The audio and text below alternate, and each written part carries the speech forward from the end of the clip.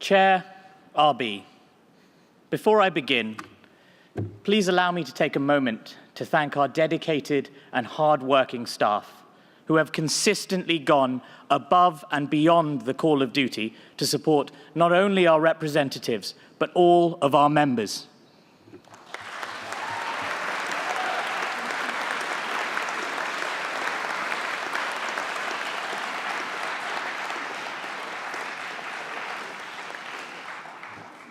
We came to last year's ARM having been severely tested.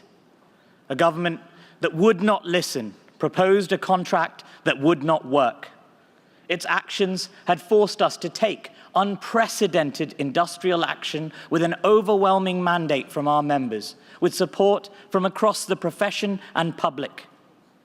Together, we overturned the most damaging proposals that threatened safety and put whole specialties at risk. But many other concerns remain. As we met last year, junior doctors made their choice. The result was a split in opinion and a divided membership. 42% of junior doctors in support, 58% against, and a majority of medical students in favor. The clear message to the government was that it had not done enough to address our concerns. Instead, this government pressed ahead with imposition. That made us angry. It made our members angry, and it should make the public angry every time that the government ignores the evidence and carries on regardless, just as they have in so many other parts of the health service. They vilified our junior doctors, just as they have vilified GPs, senior hospital doctors, and every hard-pressed member of NHS staff.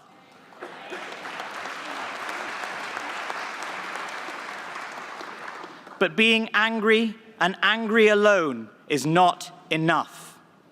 The BMA has represented doctors for almost 200 years. We are here not only for strikes. We are here to challenge, to defend, and to build bridges. We are here to support our members at all times. We've challenged the head of Health Education England, who so lazily stereotyped a generation of doctors and their attitude to work-life balance.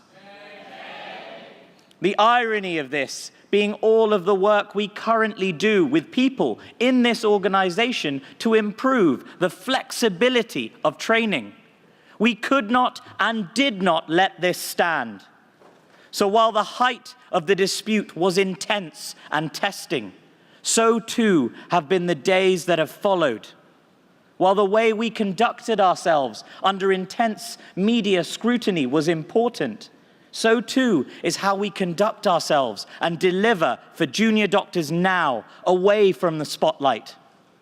We have been able to rebuild relationships with NHS organizations and make steady but significant gains. These include an additional pay uplift for unbanded F2 doctors. Let's be clear, that puts more new money into the contract. We have begun the work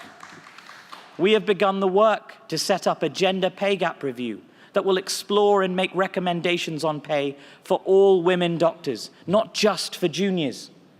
And after a decade of pursuing it, we have agreed a new code of practice so that juniors will have the information they need in advance of starting new jobs.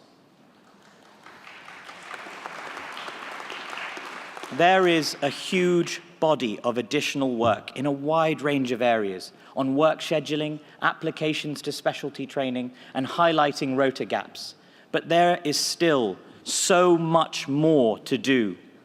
That is why exception reporting empowers trainees to flag when they are overworked or when they miss training opportunities, so we can resolve the underlying causes. When it comes to exception reporting, there must be no exceptions.